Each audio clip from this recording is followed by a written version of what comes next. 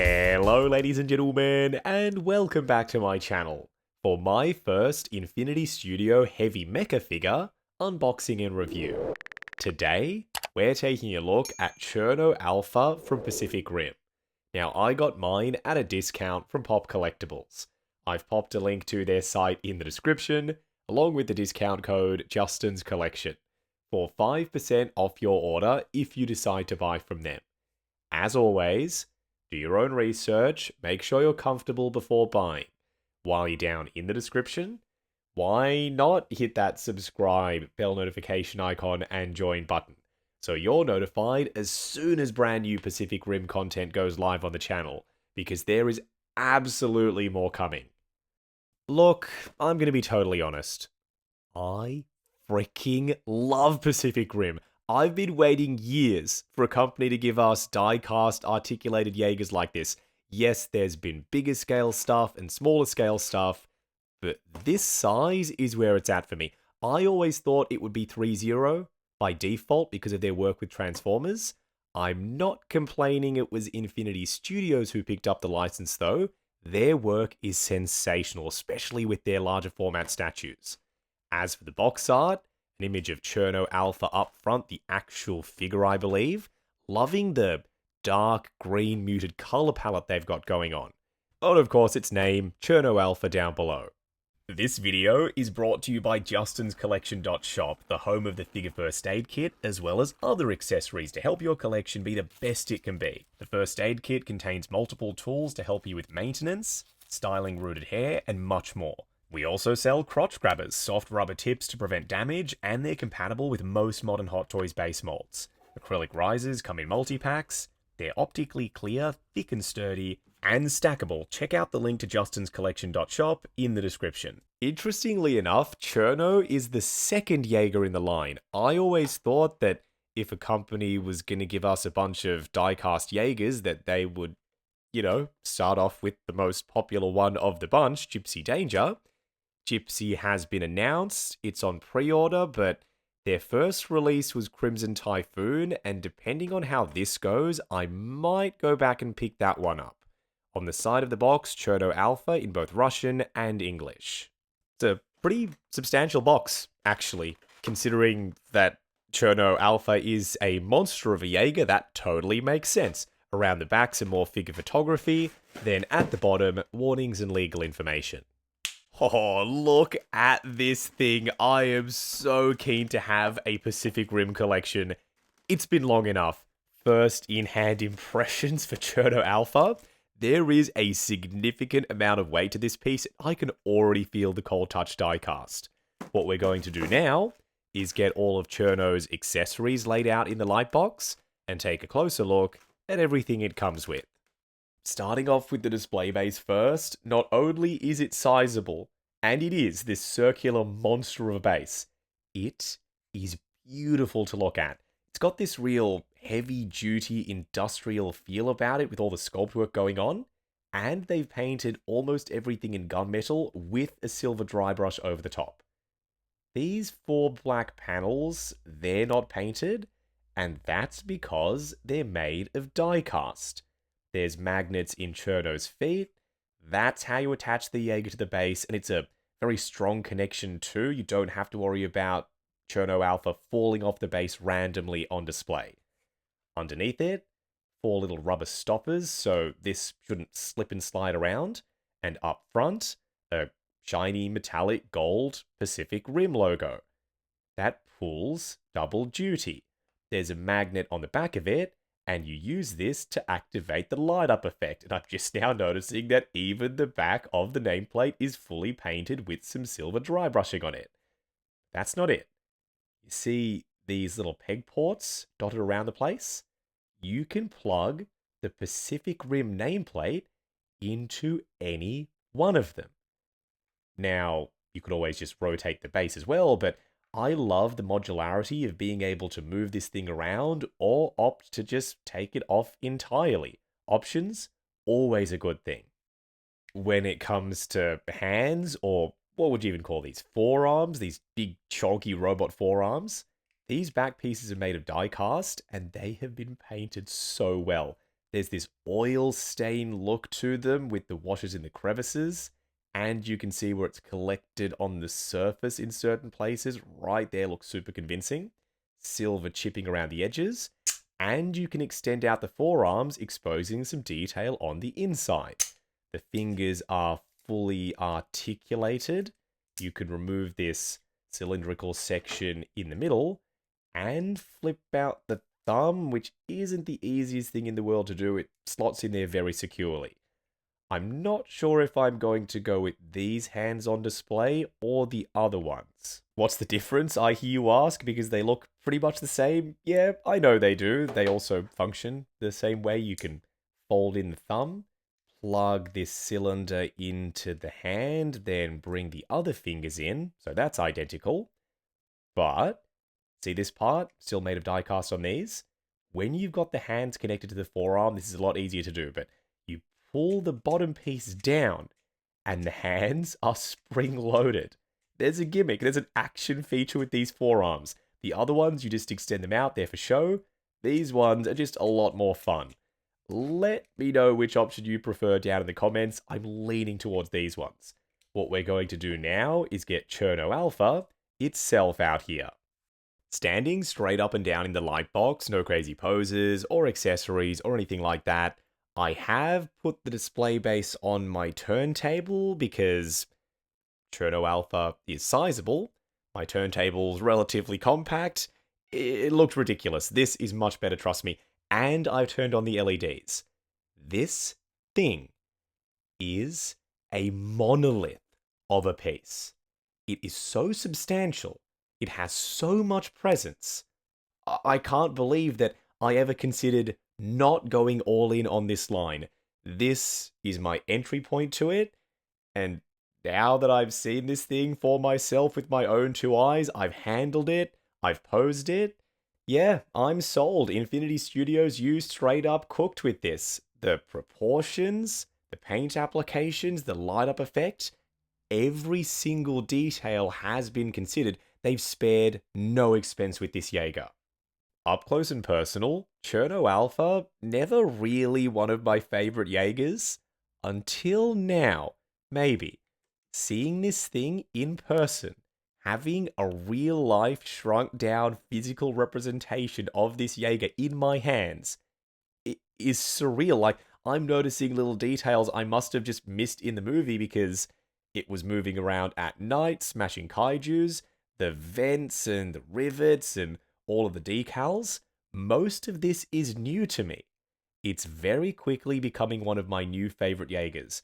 No danger of it dethroning Gypsy Danger as my number one, but still a masterpiece of an achievement by Infinity Studios. Super impressive. Even on the top of the head, for crying out loud. The little fans, the grills, these pieces, all of the silver dry brushing over the top, the washers in the crevices. We get a very clear view of the top of Cherno's head when it's being deployed. This looks extremely accurate to me. And there's cheeky little hidden moving pieces as well with more detail behind them. The sculpt work is so deep that it has just drunk up all of the washes they've applied to it, and that highlights every single panel line and nook and cranny. But it's the silver chipping they've strategically dotted around the place. It's not overdone, doesn't come across heavy-handed. That really sells this to me. For figure photography, this thing is going to be a beast to work with. What I'm trying to say is they must have used such a fine brush to apply this silver chipping because the weathering actually looks properly in scale. Like, you could have put huge silver scratches over it. I very likely wouldn't have complained. Going small, that sells the illusion that this is a gigantic robot that people would pilot. That is the cockpit. That is where the pilots sit. So smaller scratches, they just make sense to me. Let's turn on the lights, shall we? Using the nameplate from the stand, there's a magnet behind it. We've already discussed that in the accessory segment. All you have to do is wave this over this section right here where there's a gap in the pipes around the front, and the LEDs will turn on. Yes, it uses button cell batteries, but they're LR44s. They are enormous cells. I would have preferred a single AAA battery, but at least they're not using the teeny tiny LR626 batteries that Hot Toys gives us. There's one big bright LED up front, like it is seriously bright, then two orange ones on either side for these turbines, more orange LEDs to illuminate the cockpit, and these venting pieces they can open up, revealing detail inside of them, translucent lenses for the four sections, and there's some light bleed through from the cockpit light that just works its way down to those pieces in low light. I think you'll get just enough glow out of them for them to look good. Big red star on the shiny metallic silver shoulder. This piece sticks out. The little rivets, moving parts as you articulate this thing. And for right now, I've got the just actuating forearms on. Let's install the spring-loaded ones and give them a try. Here we go. I'm just a big kid at heart. You know that. But switching out the forearm was very easy and so worth it, because pulling this lever, seeing that actuating forearm, it serves no real functional purpose. It's not going to help you for figure photography or even posing, but there's no denying, it just brings me so much joy. Removing the forearm, I would suggest grabbing the bicep and then pulling it off. After you've done that, wiggle the replacement one back on there, and voila, it's installed. For continuity, I've closed up the fist, tucked the thumb away, and popped the cylinder back in place. You saw how all of that works in the accessory segment. Coming down to the legs, around the back, this butt plate is articulated. You can move it out of the way to get more range backwards if you need it. There's heaps of range forward, so that doesn't really play into it for me, but it's there if you want it. This top panel is on a double ball peg. You'll see how that works in the articulation segment. But this, the paint, that's one thing. The die-cast content, very heavy legs. There must be a lot of die-cast in this. The sculpt work, you already know I love it, but the engineering. We've not really spoken about the engineering in depth yet. We're about to. This leg, when you bend the knee, this circular section is moving. That's one thing. The thigh plate starts to come down, revealing some detail underneath it with that track that's been fully painted. But here, check this out. The more you bend it, you can see more detail. That is real die-cast metal. You can't fake that shine. And there's some pistons with stars on them that were completely hidden before. They have blown me away with their engineering. This might even be better than what 3.0 are doing with their DLX scale transformers. And that's saying something, because they're some of the best articulated engineered figures in the business. It might sound like I'm overreacting. When you get this, if you get this, you will see what I mean in hand. The shins have this angular geometric look about them, quite tank-esque. That fits the vibe of Cherno Alpha. It overall just comes across as a tank.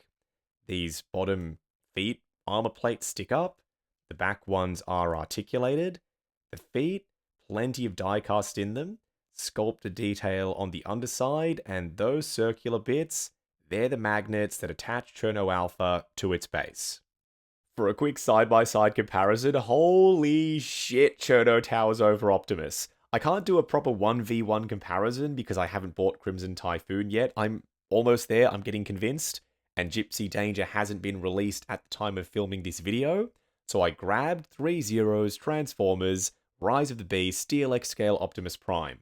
He's a sizable figure in his own right, not taking anything away from what 3.0 are doing.